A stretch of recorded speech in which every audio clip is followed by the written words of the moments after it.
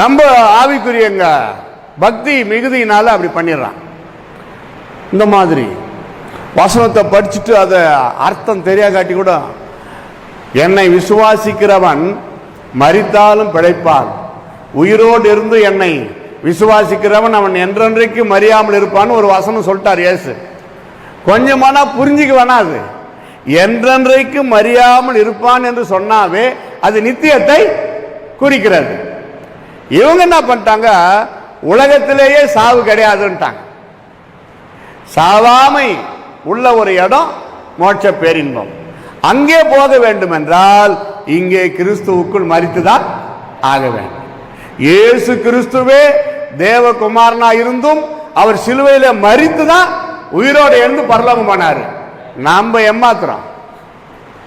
இப்ப இயேசு வருவாரானால் அவருடைய வருகைக்கு ஆவலோடு காத்திருக்கிற பக்தர்கள், பரிசுத்தவான்கள் சாவாமை கிடையாது, சாவு கிடையாது, சாவாமை. அப்படியே மறுரூபமாக்கப்படுகிறோம், ஆண்டவர்கிட்ட போய் சேர்றோம். இயேசுவின் வருகை தாமதிக்குமானால் கர்த்தருடைய பிள்ளைகள், பக்தர்கள் கட்டாயம் வயதாகியோ வேறு விதத்திலோ தற்கொலை தவிர எந்த விதத்தில் அவர்களுக்கு மரணம் வந்தாலும் அது ஆண்டவரின் ஆதீனத்தில் இருக்கிறது. அவருடைய ஞானத்தை நம்முடைய சின்ன குருவி மூளையினால எடை போடவே முடியாது. ஐயோ, ஊழியக்காரர் நல்லா இருப்பாரு, நல்ல பரிசுத்தமான ஒரு ஊழியக்காரு, இந்த சின்ன வயசுலே போயிட்டாரு, ஆண்டவர் மனம் இறங்கி கொஞ்சம் காப்பாற்றி இருக்கலாமே, இன்னும் ஒரு 10 வருஷம் கூட்டி கொடுத்துருக்கலாமே, அப்படியெல்லாம் நம்ம சொல்லுவோம். என்னமோ ஆண்டவர் தப்பு பண்ணிட்டு மாதிரியும் நம்ம அதை நீதி நியாயம் பேசுவோம். God never done any mistake. அவருக்கு தெரியும் ஏன் நான் அவனை வாலிப வயதிலேயே நான் ஏன் எடுத்தேன். அப்போ அவருக்கு தெரியும் நாம் ஏன் என்று கேட்க உரிமை கிடையாது. அவர் பறித்து கொண்டு போகிறார். அதை தடுப்பவன் யார்? குழந்தைகள் மரிக்கிறார்கள், டீனேஜ் மரிக்கிறார்கள், வாலிபர்கள் மரிக்கிறார்கள், குடும்பஸ்தர் எவ்வளோ பேர் கணவன் இழந்தவர்கள் மனைவிமாருங்க இருக்காங்க, மனைவி மரித்து கணவர்கள் வாழ்கிறார்கள், வயதாகியும் மரிக்கிறார்கள். இதெல்லாம் ஆண்டவருடைய ஆதீனத்தில் இருக்கிறது. நம்மளுக்கு அந்த நேரத்தில் கிரகிக்க கடினமா தோன்றும். ஆனால் ஆண்டவர் செய்வதெல்லாம் அவருடைய சித்தத்தின்படி, அவருடைய அனந்த ஞானத்தின்படி செய்கிறார். அதனால்தான் எந்த நேரத்திலும் இயேசு வரலாம், அல்லது எந்த நேரத்திலும் மரணம் சந்திக்கலாம். விழித்திரு மகனே, மகளே, விழித்திரு. உன் ஆவிக்குரிய வாழ்க்கையில விழித்திரு, விசுவாசத்தில் நிலைத்திரு, பரிசுத்தத்தை காத்துக்கொள், உன் சிந்தனையை சிதற விடாதே. அதுதான் இயேசு கிறிஸ்துவின் எச்சரிக்கை. அதே 44 பார்த்தீங்கன்னா, நீங்கள் நினையாத நாழிகையிலே மனுஷகுமாரன் வருவார், ஆயத்தமாயிருங்கள்.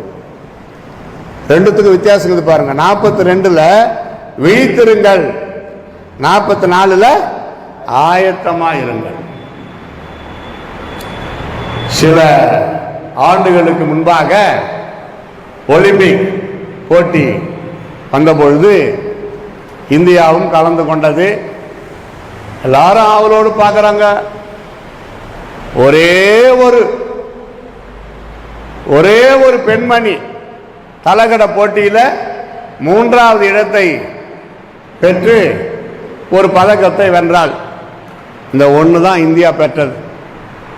மற்ற எந்த விளையாட்டிலையும் வெற்றி பெறவே இல்லை.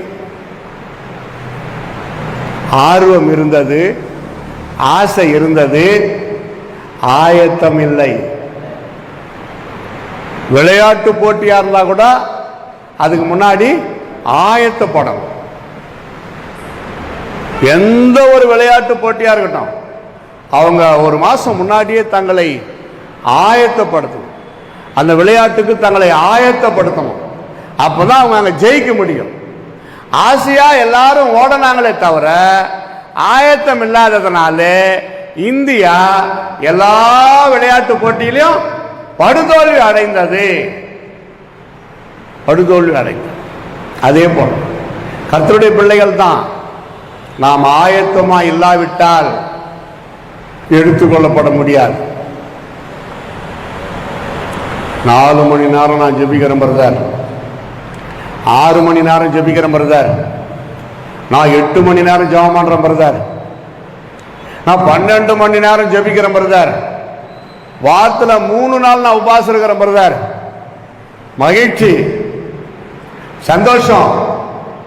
ஆனால் ஆண்டவர் விரும்பாத ஏதோ ஒரு பாவம், ஆண்டவர் விரும்பாத ஏதோ ஒரு ரகசிய பாவம், ஆண்டவர் விரும்பாத ஏதோ ஒரு சுபாவம் நமக்குள் இருக்குமானால் இவ்வளோ ஜபம் பண்ணியும் எடுத்துக்கொள்ளப்படவே முடியாது. ஜபம் பண்ணுகிற நாம் ஆயத்தமா இருக்க வேண்டும். ஜபம் பண்ணுகிற நேரத்தில் ஜபம், பாவ சந்தர்ப்பம் கிடைக்கிறப்ப பாவம். யோசேப்பை போல உதறி தள்ளிவிட்டு வெளியே ஓடி வா, அது ஆண்டவருடைய கட்டளை. இயேசுவின் வருகைக்கு get ready for the second coming of Jesus Christ. Avoid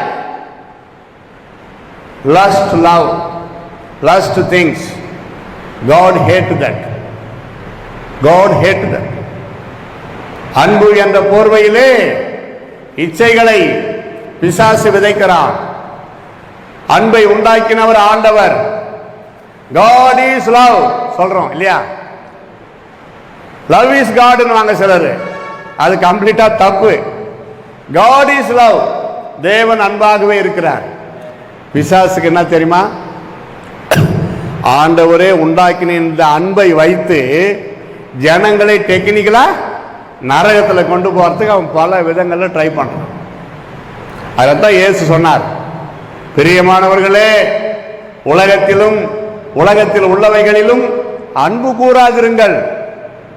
இவன படிச்சு பாருங்க, 1 யோவான் 2ஆம் அதிகாரம் 15-16 உலகத்தில் உள்ளவைகளிலும் அன்பு கூறாதிருங்கள். ஏனென்றால் ஒருவன் உலகத்தில் அன்பு கூர்ந்தால் அவனிடத்தில் பிதாவின் அன்பு இல்லை. ஏனென்றால் மாமிசத்தின் இச்சையும் கண்களின் இச்சையும் ஜீவனத்தின் பெருமையும் ஆகிய இவைகள் பிதாவினால் உண்டானவைகள் அல்ல, பிசாசினால் உலகத்தால் உண்டானவைகள். யோசித்து பாருங்க, அன்பு பற்றி போதிக்கிற பரிசுத்த வேதம் சில மாய்மாலமான, சில இச்சையான, சில அருவருக்கத்தக்க அன்பை எச்சரிக்கிறது. அன்பு என்றால் அது உண்மையான அன்பாக இருக்கும். பரிசுத்தமான அன்பு தான் நம்மளை பரலோகத்தில் கொண்டு போய் சேர்க்கும். அசுத்தமான லஸ்ட் லவ் நரகத்தில் கொண்டு போய் சேர்க்கும். பொதுவான அன்புன்னு ஒன்று இருக்குது, அது உலகத்தில் இருக்கிற வரைக்கும் பொதுவான அன்பு. பொதுவான அன்புன்னா என்ன தெரியுமா? நான் ஊழியக்காரனாக இருந்தாலும் பிரைஸ் லார்ட் பிரதர், ஸ்தோத்திரம் பாஸ்டர் அப்படியெல்லாம் கேட்டு கேட்டு காதில் கேள்விப்பட்டு என் கூட 8ஆம் கிளாஸ் 10ஆம் கிளாஸ் படித்த மாணவர்கள் இருக்கிறாங்க இல்லையா? என்னடா பவுல எப்படி இருக்கிறோன்னு வாங்க, நம்ம குறை சொல்லவே முடியாது. அவங்க நண்பர்கள். நான் இயேசுநாருக்கு ஊழியம் செய்கிறேன், என்ன வாடா போடான்றியா அப்படின்னு நம்ம கேட்கக்கூடாது. அவன் அன்புல அப்படி பேசுறான், அது பொதுவான அன்பு. நான் என்ன சொல்லுவேன், என்ன ஃப்ரெண்டு எப்படி இருக்கிற, நல்லா இருக்கிறியா, வீட்டில் எப்படி இருக்கிறாங்க அப்படின்னு கேட்பேன். இப்போ நண்பன், அவன் ரட்சிக்கப்படலை, அவங்கிட்ட நம்ம மதிப்பு மரியாதை எதிர்பார்க்க முடியாது. அதான் இவ்வளவாய் உலகத்தில் அன்பு கூர்ந்தார், அது பொதுவான அன்பு. தம்முடைய குமாரனாகி இயேசுவை இந்த பூமிக்கு அனுப்பி பிதாவானவர் இவ்வளவாய் உலகத்தில் அன்பு கூர்ந்தார். இந்த அன்பை உணர்ந்து யாரெல்லாம் இயேசு கிறிஸ்து கிட்ட வராங்களோ அவருடைய பிள்ளைகளாக மாறின பிறகு ஸ்பெஷல் லவ், இயேசு கிறிஸ்து அவங்கள ஸ்பெஷலா நேசிக்கிறார். நான் எல்லாரையும் நேசிக்கிறேன், சொந்த பந்தங்களை எல்லாம் நேசிக்கிறேன், ஊர்ல இருக்கிறவங்க எல்லாரையும் நேசிக்கிறேன். ஆனா எனக்கு 2 பிள்ளைகள் இருக்கிறாங்க, அவங்கள நான் அதிகமாக தான் நேசிக்கிறேன். கரெக்டுங்களா? அது போலதான் எல்லாரையும் நேசிக்கிற மாதிரி பிதா அவருடைய பிள்ளைகளை நேசிக்க மாட்டார். இன்னும் சொந்த பிள்ளைகளாக இயேசு கிறிஸ்து நம்மை ஒரு சொந்த பிள்ளைகளாக, நண்பர்களாக, உங்களை நான் என் சிநேகிதர் என்று சொல்லுகிறேன் அப்படிதான் இயேசு சொல்றார். இயேசு கிறிஸ்துக்கு ஃப்ரெண்டாக முடியுமா? அந்த அளவுக்கு மாறினால் முடியும்.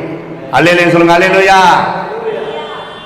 அப்படியானால் ஆயத்தம் தேவை. பிரியமானவர்களே, வெளிப்படுத்துற விசேஷத்துல தான்